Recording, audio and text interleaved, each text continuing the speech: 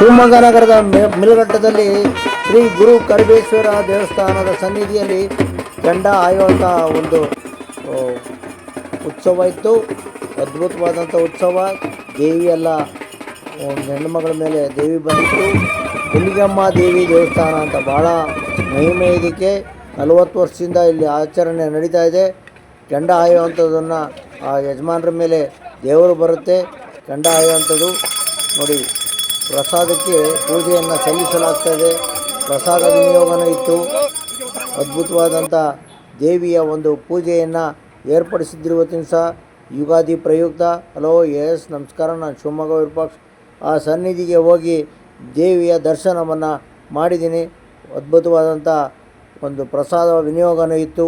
ಪ್ರಸಾದ, ಮೊಸರನ್ನು, ಪಲಾವು ಎಲ್ಲದನ್ನು ಕೊಟ್ಟರು. ಸ್ವೀಟು ಇತ್ತು. ಹಲೋ ಎಸ್ ನಮಸ್ಕಾರ, ನಾನು ಶಿವಮೊಗ್ಗ ವಿರೂಪಾಕ್ಷ ಮಾತನಾಡ್ತಾ ಹೇಳ್ತಾಯಿದ್ದೀನಿ. ಹಸುಗಳು ಸಮೇತ ಹಸಿದು ನಿಂತಿದ್ದವು. ನಾನೇ ಹಸುಗಳಿಗೆ ಪ್ರಸಾದವನ್ನು ಕೊಟ್ಟೆ. ಈ ವಿಡಿಯೋವನ್ನು ಎಲ್ಲರಿಗೂ ಶೇರ್ ಮಾಡಿ. ಎಲ್ಲರಿಗೂ ಯುಗಾದಿಯ ಶುಭಾಶಯಗಳು. ನಮಸ್ಕಾರ.